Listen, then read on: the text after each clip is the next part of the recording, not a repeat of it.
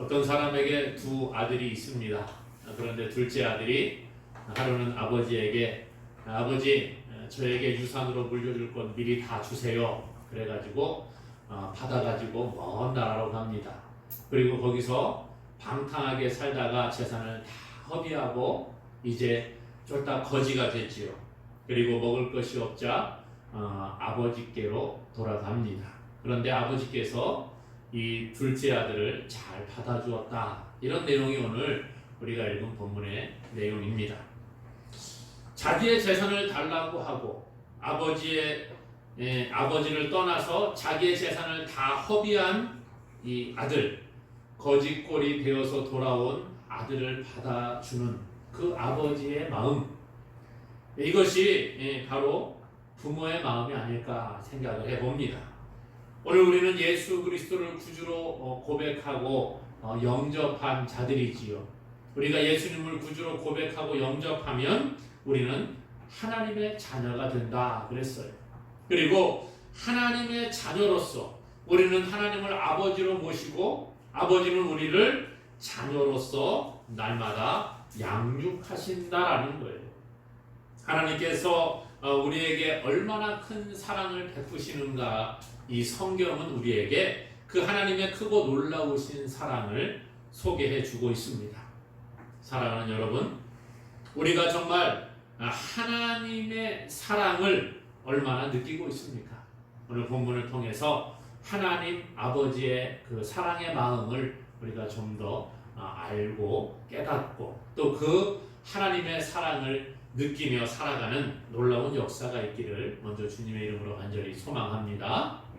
오늘 본문에 보니까요, 이 아버지의 마음이 어떤 마음이냐? 모든 것을 아낌없이 내어주는 그러한 마음이라는 것입니다. 이 아버지에게 두 아들이 있지요. 그런데 둘째가 와서 어느 날 아버지, 나에게 돌아올 분깃을, 나에게 돌아올 재산을 미리 좀 주기를 원합니다. 참 버르장머리가 없는 아들이지요. 그렇지 않습니까? 물론 아버지가 돌아가시게 되면 아들이 둘이 있으니까 큰아들 또 둘째 아들에게 유산이 내려가겠지요. 그런데 지금 아버지가 시퍼렇게 살아계십니다. 이 당시에 아버지, 가장이라고 하면 권위가 참 막강했지 않습니까? 아버지는요, 이 온 식구들의 그 목숨을 책임지는 거예요. 뿐만 아니라 아버지가 기분 나빠서 너는 내 호적에서 파버릴 거야 이러면 이 아들은 유산을 물려받을 수 있는 자격을 박탈당하게 되는 그러한 상황 가운데 있습니다. 그런데 이 둘째 아들이 아버지의 재산을 나중에 아버지가 돌아가시게 되면 자기에게 물론 돌아오겠습니다만은 지금 아버지가 살아있는데 아버지, 나에게 물려줄 재산을 미리 좀 땡겨서 다 주세요. 그렇게 말하고 있습니다. 멀쩡히 살아계시는데 이런 요구하는 것 용납되지 않는 것입니다. 여러분 같으면 어떻겠습니까? 내가 멀쩡하게 살아있는데 그냥 아버지 좀 사업을 하는데 돈이 부족하니까 조금 도와주세요. 이게 아니라는 거예요. 나에게 돌아올 유산을 다 달라고 말하고 있습니다.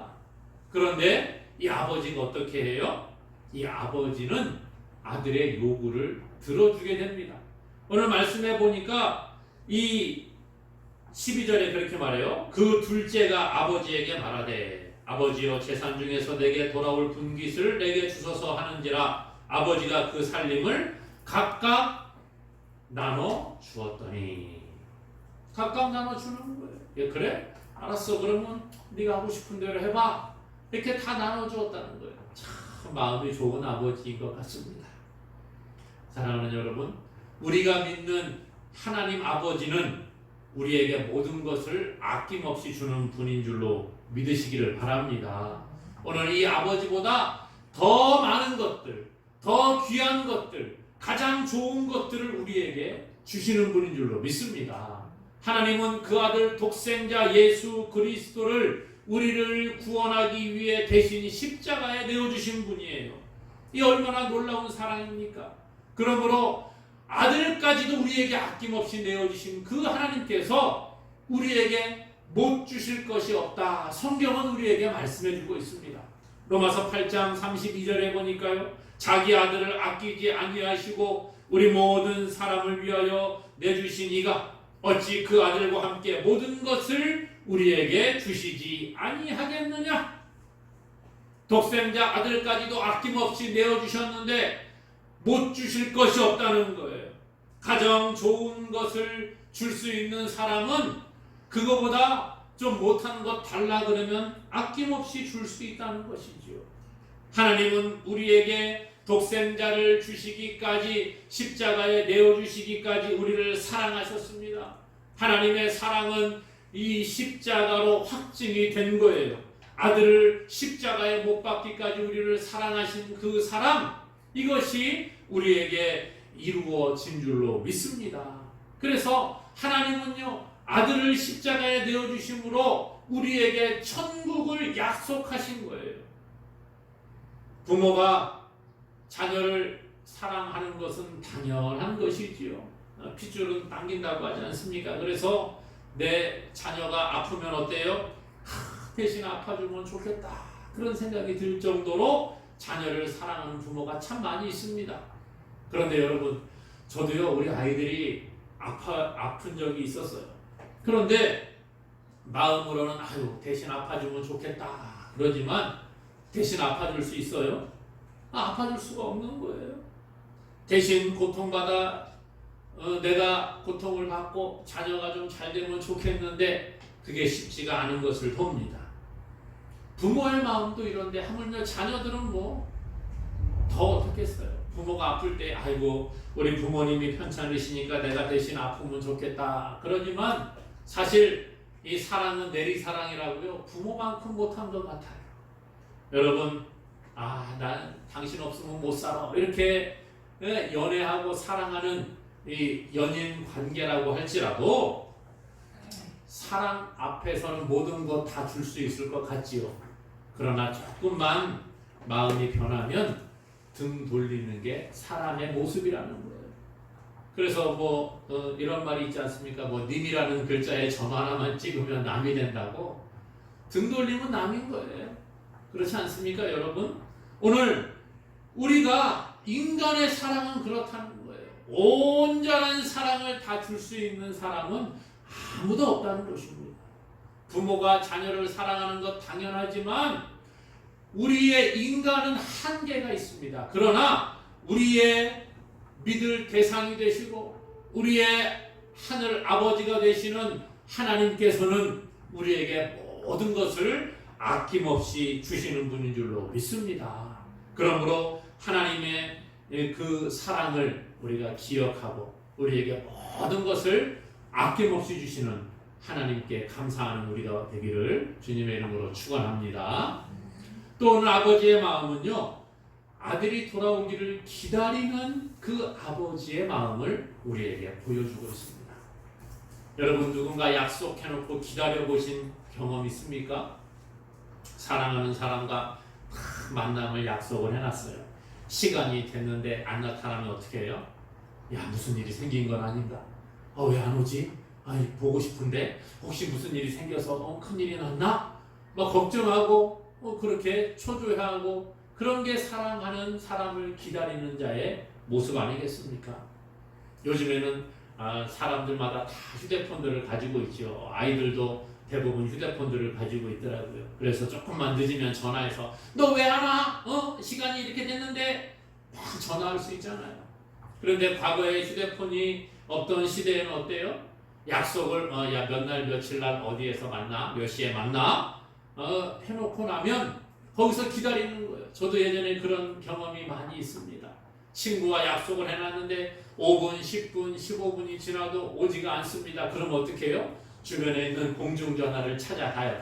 그리고 집에다가 그 친구 집에 전화를 합니다. 그래서 친구 누군데요? 저랑 만나기로 했는데 혹시 나갔나요? 몇 시에 나갔나요? 어디 간다고 했나요?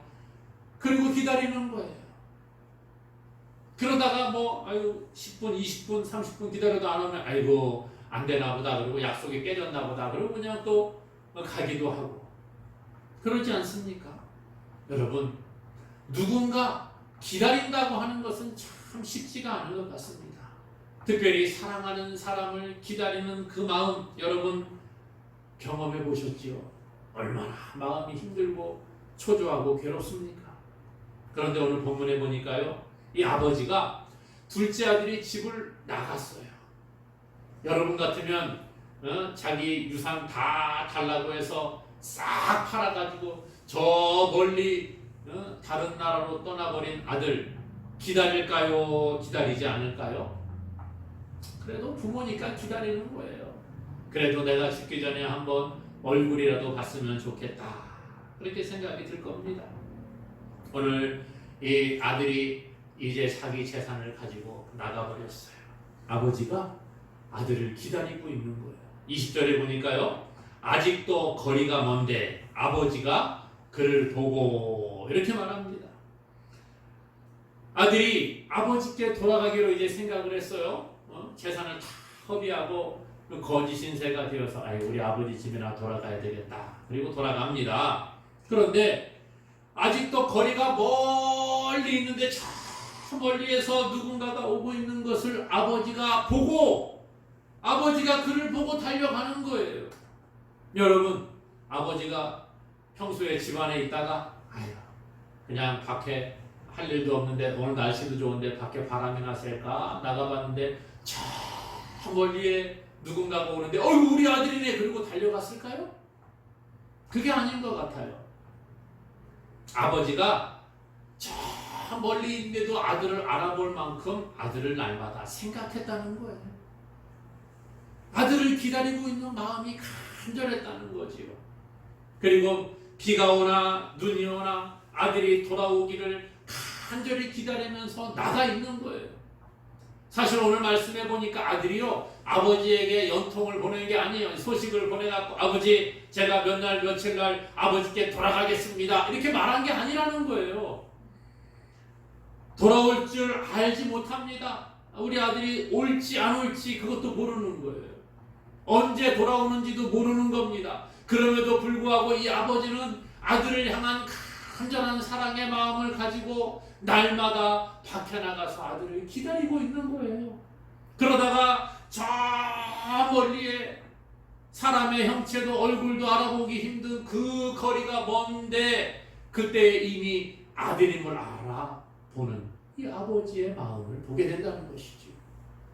오늘 우리의 사랑하는 하나님 아버지의 마음은 이보다 더하다는 거예요.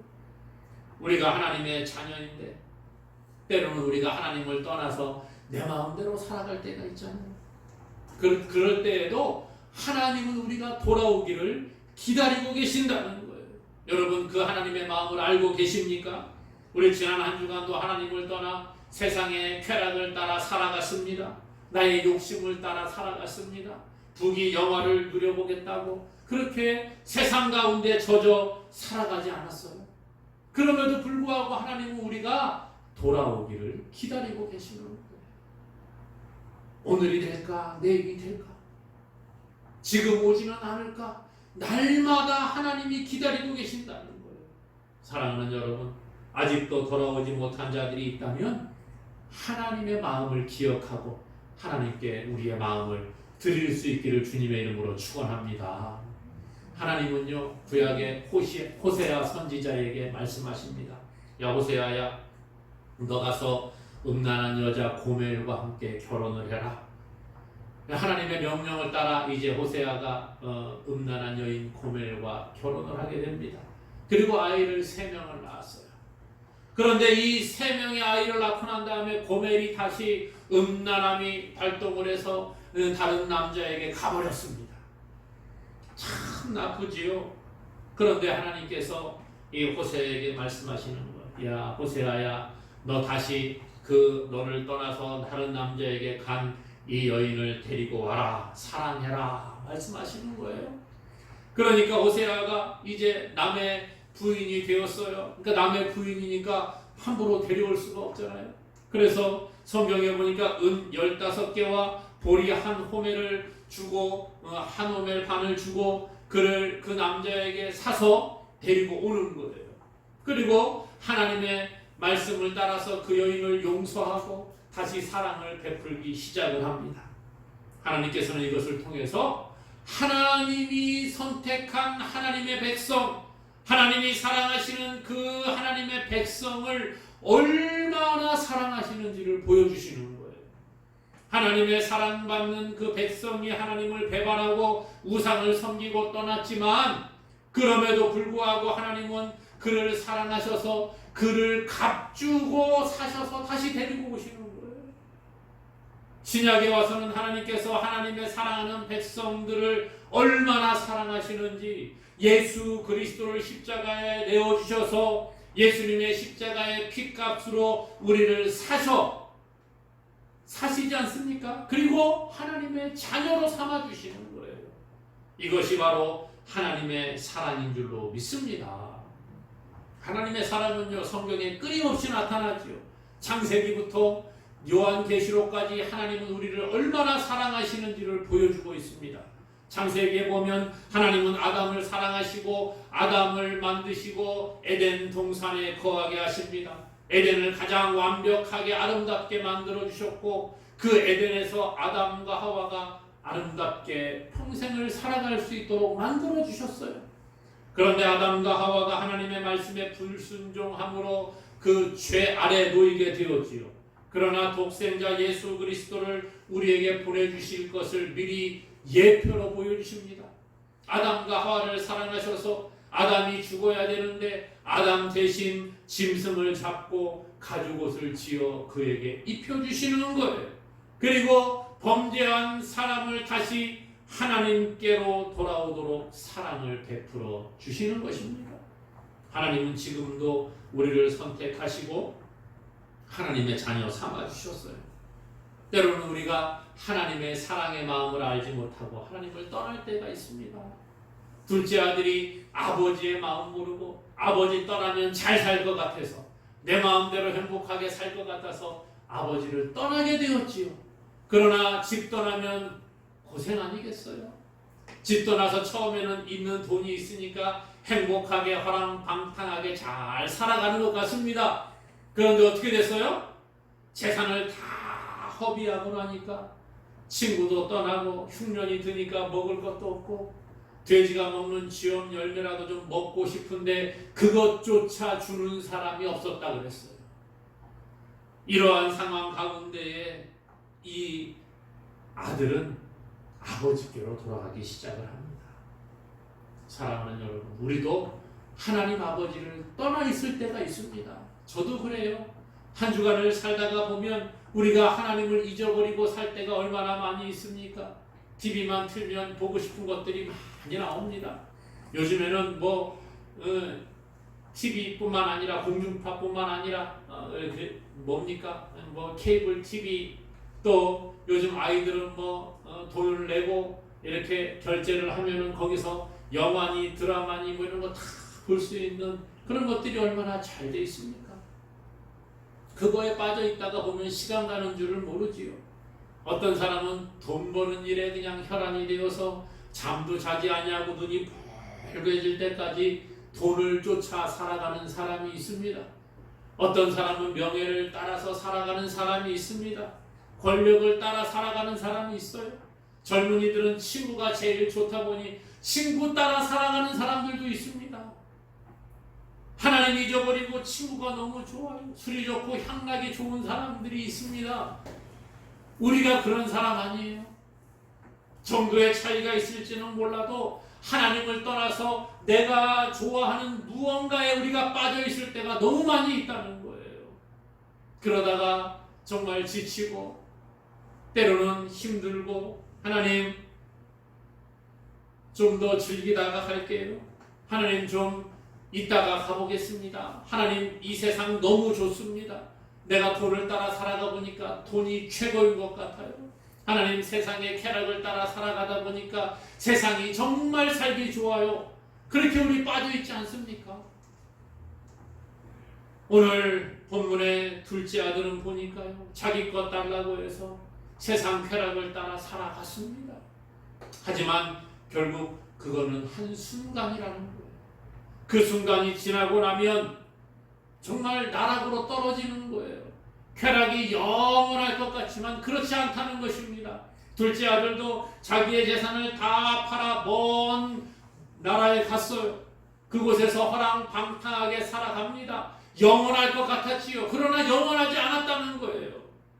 그리고 나중에 후회하고 어떻게 해요? 아버지께로 돌아가야 되겠다 그럽니다. 그러나 아버지는 한순간도 아들을 잊어버린 적이 없다는 거예요.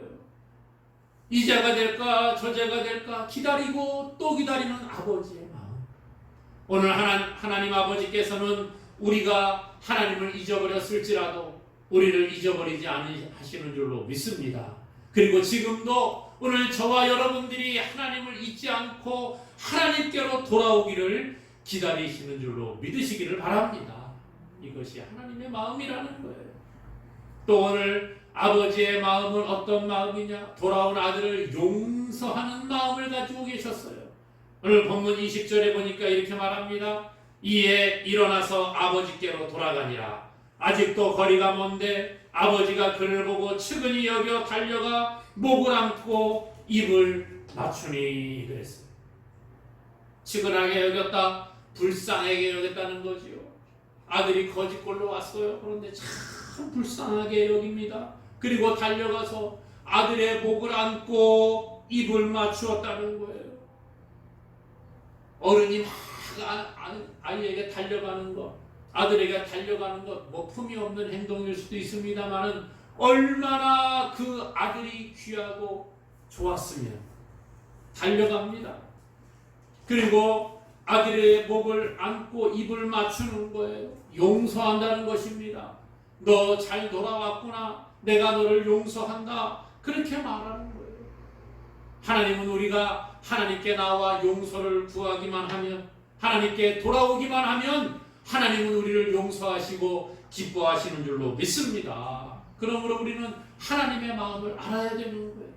하나님께 돌아와야 됩니다. 세상에 방황했든지 뭐 일주일, 열흘, 한 달이 되었든지 간에 상관없어요. 하나님께 돌아오기만 하면 하나님은 우리를 용서하시고 우리를 받아주시는 줄로 믿습니다. 이게 하나님의 마음이에요. 그러므로 오늘 하나님 앞에는 용서받지 못할 죄가 없다라는 거예요.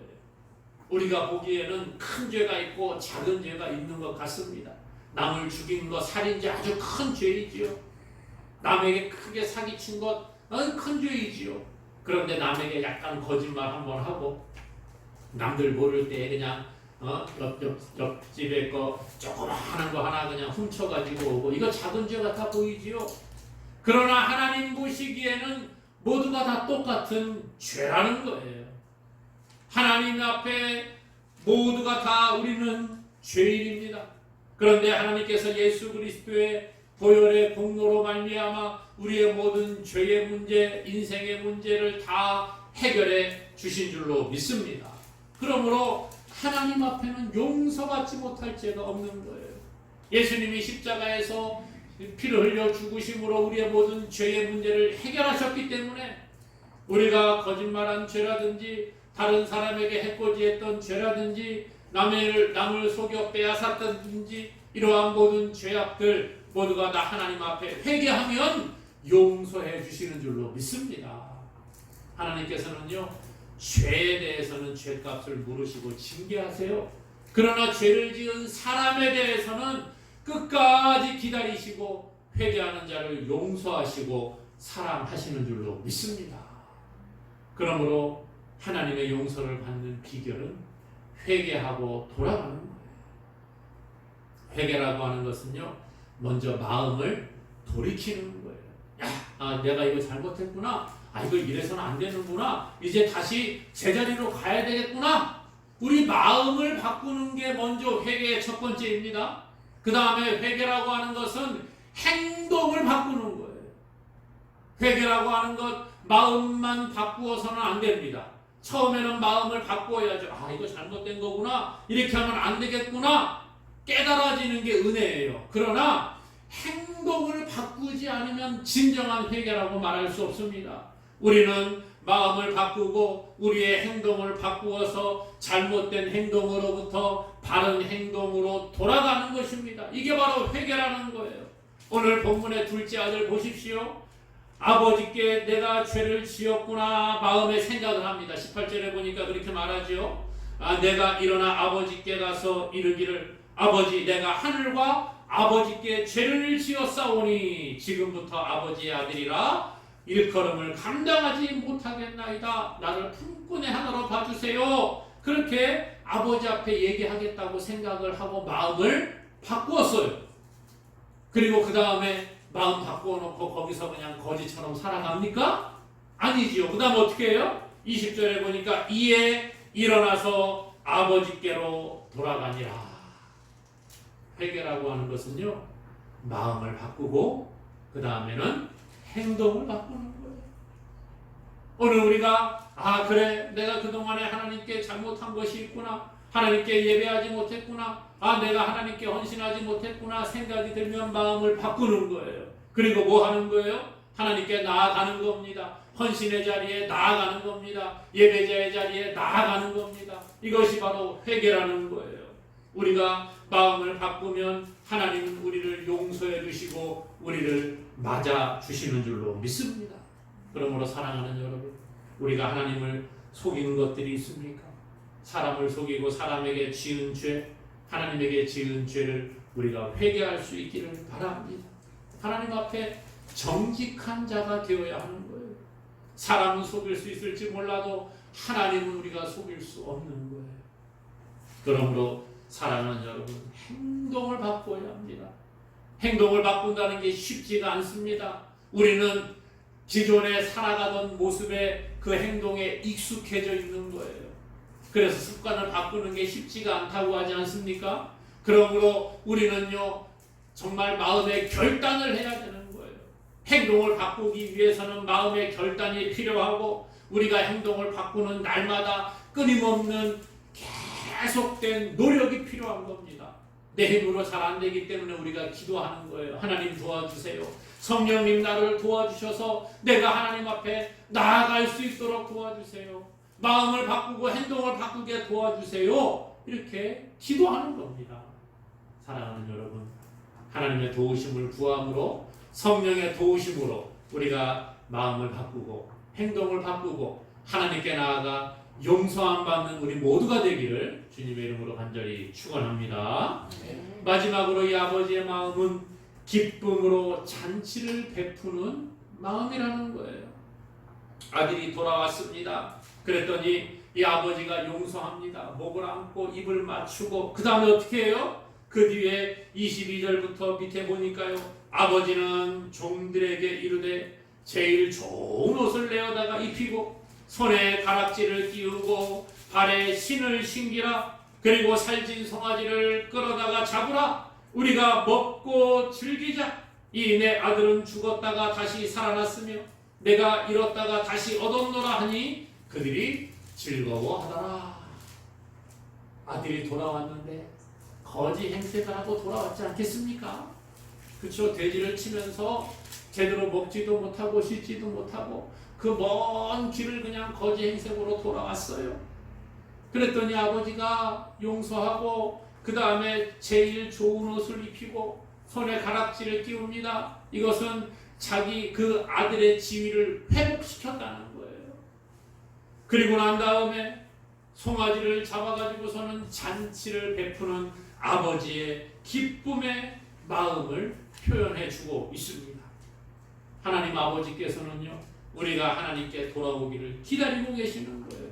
그리고 돌아오면 어떻게 해요? 기쁨의 잔치를 베풀어 주시는 줄로 믿습니다. 이것이 하나님 아버지의 마음이라는 거예요.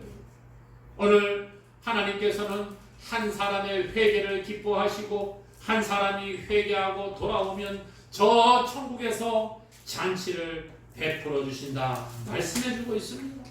그러므로 사랑하는 여러분, 오늘 우리가 회개하면 하나님께서 기뻐하시는 거예요.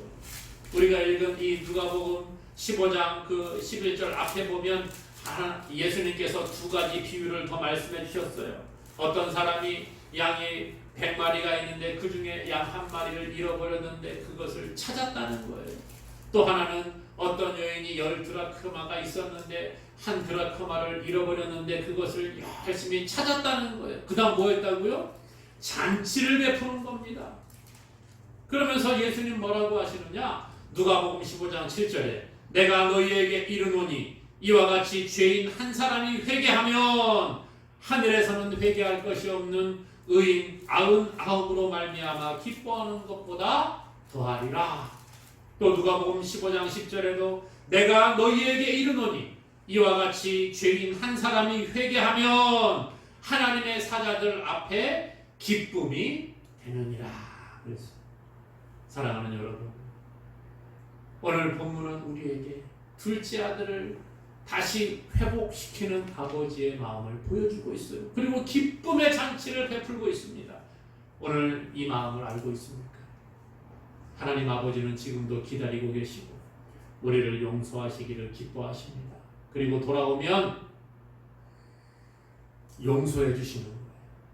우리에게 아낌없이 내어주신 그 하나님께서 우리에게 또 영생을 허락하시고 천국 잔치에 참여할 수 있도록 은혜를 베풀어 주십니다. 그러므로 오늘 이 하나님의 마음을 바르게 깨닫고 우리가 하나님께 돌아와 영원한 천국 잔치에 참여하며 그 복을 누리는 우리 모두가 될 수 있기를 주님의 이름으로 간절히 축원합니다.